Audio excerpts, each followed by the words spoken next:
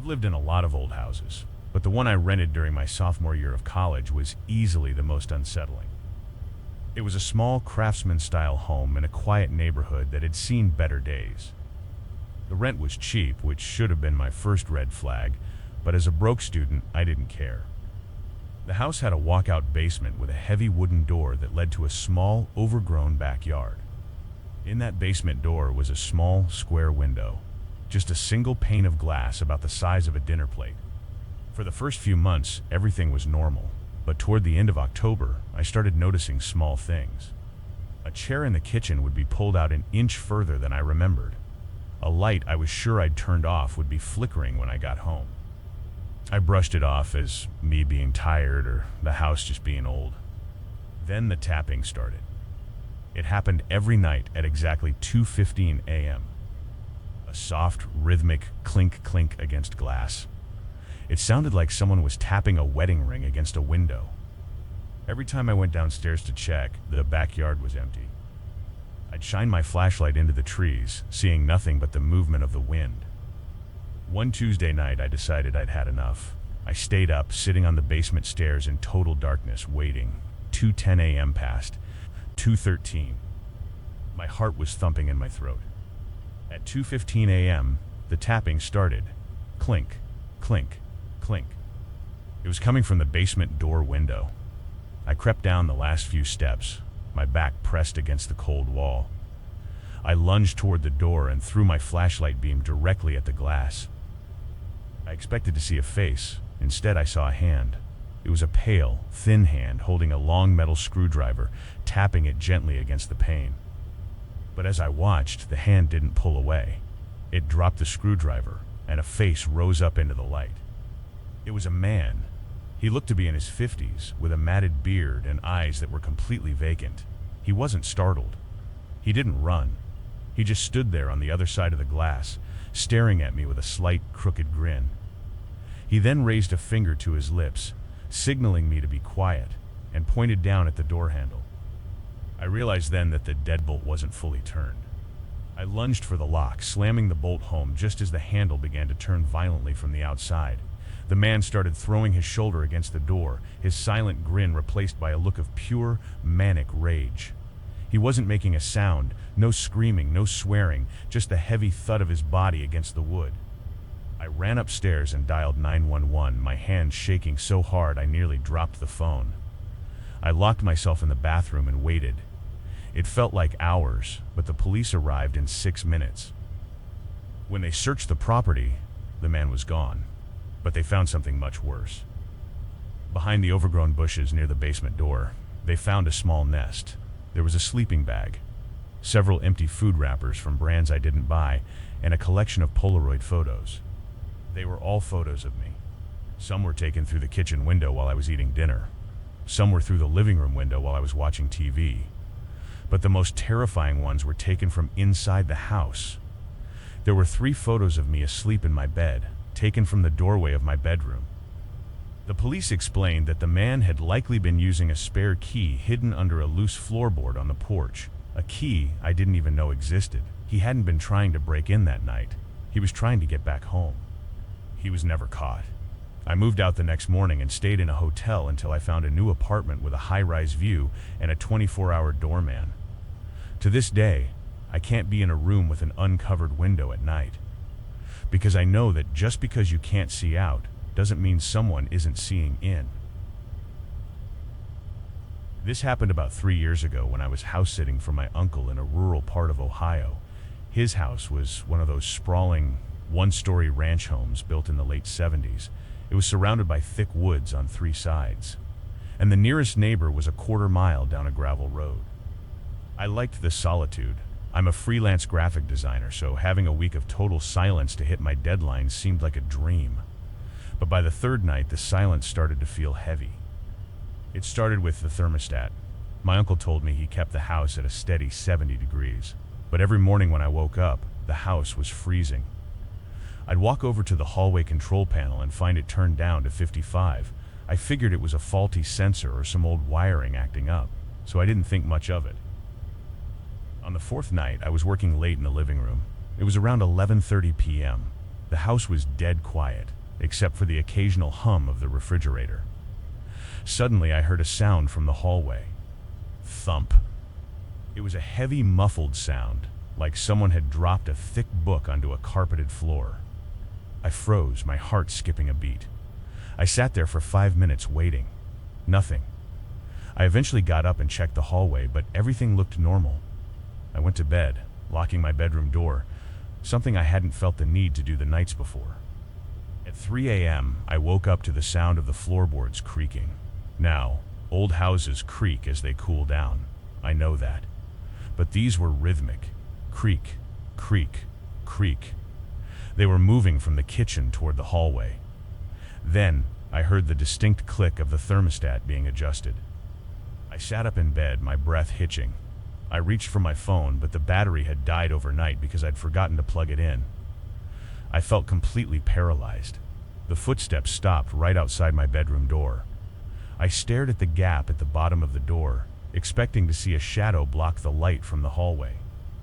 Nothing happened. After 20 minutes of pure terror, I heard the footsteps retreat, followed by a strange metallic clack sound that I couldn't place. The next morning, I was determined to find out what was going wrong. I searched the whole house. I checked the doors, all locked, windows all latched. I felt like I was going crazy. Then, I noticed something in the ceiling of the hallway, right near the thermostat. It was the attic hatch, a square wooden panel that you have to push up to enter the crawl space. I noticed a tiny smudge of dark grease on the white trim of the hatch. I got a stepladder from the garage, my hands trembling as I climbed up. I pushed the panel up. It didn't resist. As it moved, a foul, sour smell hit me like unwashed skin and old trash. I shone my flashlight into the dark void of the attic. The attic wasn't empty. Near the corner, directly above my bedroom, someone had laid out a piece of old carpet. There was a pile of my uncle's blankets that had been missing from the linen closet. Next to the blankets were several of my own forks and spoons, along with a stack of empty tuna cans I'd thrown in the trash over the last few days. But the worst part was the viewing hole. Someone had drilled a tiny half-inch hole through the attic floor, right through the drywall of the hallway ceiling. From that position, they could look directly down at the thermostat, and directly into the cracked open door of the bedroom where I had been sleeping. I didn't wait.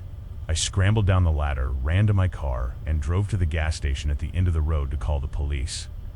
When the deputies arrived, they found the attic hatch standing wide open. The person had heard me move the ladder and fled through a small ventilation gable at the back of the house. They found a backpack left behind. Inside was a notebook. It didn't have a name in it, but it had a log of my daily routine. It noted what time I ate, what time I showered, and, most chillingly, it had a list of rules. One of the rules was, don't touch him while he sleeps. Not yet. The police believe it was a local transient who had been living in the woods, and had slipped into the house through the garage weeks before I even arrived. They never found him.